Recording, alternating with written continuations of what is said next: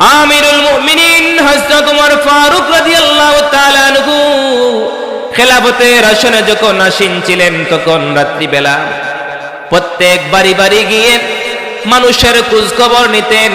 এলাকার মধ্যে প্রবেশ করে মানুষের খোঁজ খবর নিতেন, কোন মানুষ কোন অবস্থায় আছে, রাত্রিবেলা তার কোনো কষ্ট হচ্ছে কিনা, রাত্রিবেলা সে খেতে পারছে কিনা, রাত্রিবেলা তার কোনো অসুবিধা হচ্ছে কিনা, ঘুমাতে কষ্ট হচ্ছে কিনা, খেতে কষ্ট হচ্ছে কিনা, কোনো মানুষ কোনো অসুবিধায় আছে কিনা, সমস্ত মানুষের খোঁজ খবর নিতেন। যেহেতু উনি রাষ্ট্রের প্রধান, যেহেতু উনি রাষ্ট্রের প্রধান, ওনার উপরে দায়িত্ব আছে মানুষের খোঁজ খবর নেওয়া। ওমর ইবনুল খাত্তাব রাদিয়াল্লাহু তাআলা আনহু ঘর থেকে বের হয়ে গেলেন। গভীর রাতে বের হওয়ার পরে একটি বাড়ির পাশে গেলেন। বাড়ির পাশে গিয়ে ঘর থেকে আওয়াজ শুনতে পারলেন, একজন বৃদ্ধা মহিলা এবং যুবতী মহিলার আওয়াজ। বৃদ্ধা মহিলা ওই যুবতী মহিলাকে ডাক দিয়ে বলতেছে, মা, ও আমার মেয়ে, তুমি দুধের মধ্যে বেশি করে পানি মিশ্রিত করো। দুধের মধ্যে কি করো? পানি মিশ্রিত করো, পানি মিশাও। বিদ্যামার কণ্ঠে আল্লাহর নবীর সাহাবী হযরতে ওমর ফারুক রাদিয়াল্লাহু তাআলা আনহু এই কথাটা শুনতে পারলেন। ওই বৃদ্ধা মহিলা তার কন্যাকে, তার মেয়েকে ডাক দিয়ে বলছে, আমার মা, তুমি দুধের মধ্যে বেশি করে পানি মিশাও, যাহাতে দুধের পরিমাণটা বেশি হয়।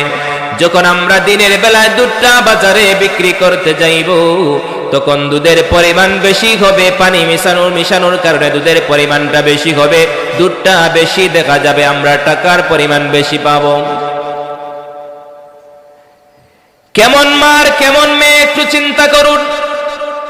সাথে সাথে কন্যা মেয়েটা জবাব দিল, আমার মা,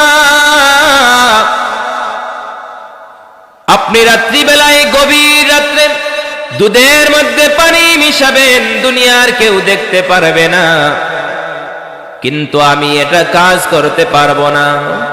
যেই কাজটা করলে খলিফাতুল মুসলিমিন ওমর ফারুক রাদিয়াল্লাহু তাআলা আনহু বেজার হয়ে যান, আমাকে আপনি কাজটা করতে বলবেন না।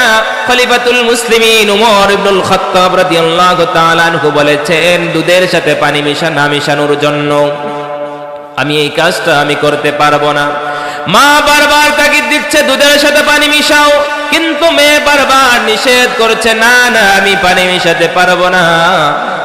ওই মা ডাক দিয়ে বলল, রে আমার কন্যা, এই মুহূর্তে গভীর রাত্রে যদি পানি মিশিয়ে নাও, তাহলে চতুর্দিক অন্ধকার, কেউ দেখতে পারবে না। তুমি যে বলছো খলিফাতুল মুসলিমিন উমরের কথা, উমর তো দেখতে পারবে না, কিন্তু পাশ থেকে, ঘরের বাহির থেকে উমর রাদিয়াল্লাহু তাআলা আনহু সবকিছু শুনতেছেন কি শুনতেছেন না? সবকিছু শুনতেছেন।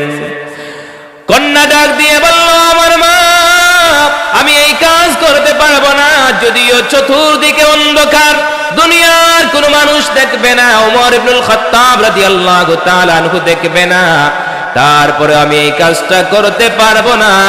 দুনিয়ার সবাইকেও যদি ফাঁকি দেওয়া যায়, তাহলে আমার মালিক আল্লাহ রাব্বুল আলামিনের চোখকে ফাঁকি দেওয়া সম্ভব নয়। আমার আল্লাহকে ফাঁকি দেওয়া যাবে না, আমার আল্লাহ তো দেখতেছেন। কথা বলেন ঠিক কিনা? আমার আল্লাহ দেখতেছেন, এই আল্লাহ রাব্বুল আলামিন দেখতেছেন। এই কথাটা যে মহিলার, এই যুবতী মহিলার অন্তরে আসলো, এটার নামেই হচ্ছে তাকওয়া, আল্লাহর ভয়। কেমন করে ওই যুবতী মহিলা মাকে জানিয়ে দিল, না না, সব পরিষ্কার না করে দিল, না, আমি দুধের সাথে পানি মিশাতে পারবো না। উমর ইবনুল খাত্তাব রাদিয়াল্লাহু তাআলা আনহু চলে গেলেন। পরের দিন যখন খেলাফতের মসনদে সিংহাসনে বসলেন, বসার পরে ওই মহিলা এবং ওই যুবতী মহিলা, বৃদ্ধা মহিলার খোঁজ খবর নিলেন। খোঁজ খবর নেওয়ার পরে দেখতে পারলেন, ওই মহিলা যে গোয়ালের ঘরের মহিলা, ওই গোয়ালের ঘরের মহিলা, তারা দুধ বিক্রি করে, প্রত্যেক দিন বাজারে নিয়ে দুধ বিক্রি করে যা উপার্জিত হয় তা দিয়ে তাদের সংসার চলে। ওমর ইবনুল খাত্তাব রাদিয়াল্লাহু তাআলা আনহু ওই যুবতী মহিলার তাকওয়াটা দেখলেন।